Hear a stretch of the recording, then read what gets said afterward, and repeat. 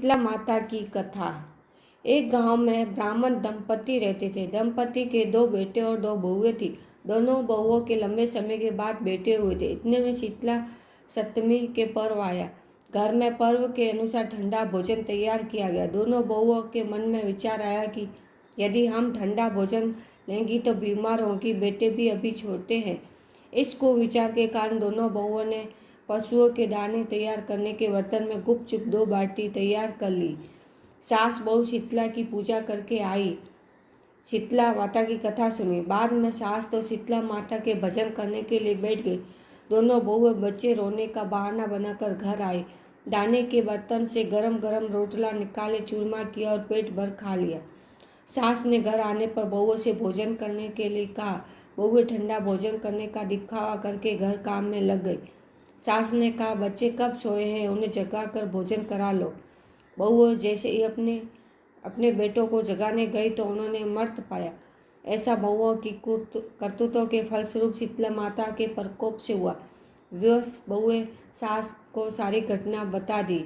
सास बोली कि तुम उन्होंने अपने बेटों की बदौलत शीतला माता की अवहेलना की है, इसीलिए अपने घर से निकल जाओ और बेटों को जिंदा स्वस्थ लेकर ही घर में पैर रखना। अपने मर्द बेटों को टोकरे में सुलाकर दोनों बहुएं घर से निकल पड़ी। जाते जाते रास्ते में एक जीर्ण वृक्ष आया। ये खेजड़ी का वृक्ष था। इसके नीचे होरी शीतला दोनों बहनें बैठी थी।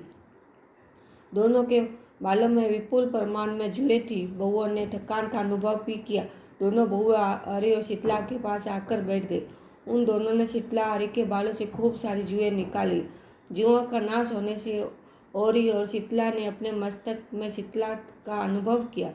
तुम दोनों हमारे मस्तक को शीतल किया, वैसे तुम्हें तुम्हारे पेट में शांति शीतलता मिले।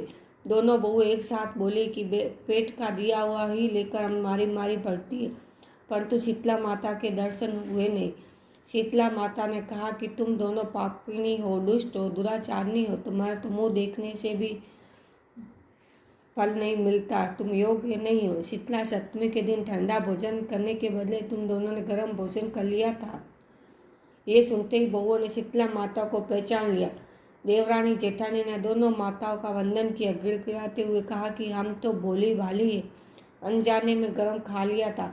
आपके प्रभाव को हम नहीं जानती। आप हम दोनों को क्षमा करें, पुनः ऐसा दुष्कर काम नहीं करेंगे। उनके पश्चाताप भरे वचनों को सुनकर दोनों माताएं प्रसन्न हुई। शीतला माता ने मृतक बालकों को जीवित कर दिया। बहुएं तब बच्चों के साथ लेकर आनंद से पुनः गांव लौट आई। गांव के लोगों ने जाना कि दोनों बहुओं को शीतला माता के साक्षात दर्शन हुए थे। दोनों का धूमधाम से स्वागत कर गांव प्रवेश करवाया। बहुओं ने कहा, हम गांव में शीतला माता के मंदिर का निर्माण कराएंगे। चैत्र महीने में शीतला सप्तमी के दिन और भाद्र महीने के शीतला सप्तमी के दिन ठंडा खाना चाहिए। शीतला माता ने बहुओं पर जैसी अपनी दृष्टि की वैसी कृपा सब पर करे। श्री शीतला माता हमें शांति, शीतलता, आरोग्य दे और हमारे पेट को ठंडा करे। शीतला माता की जय।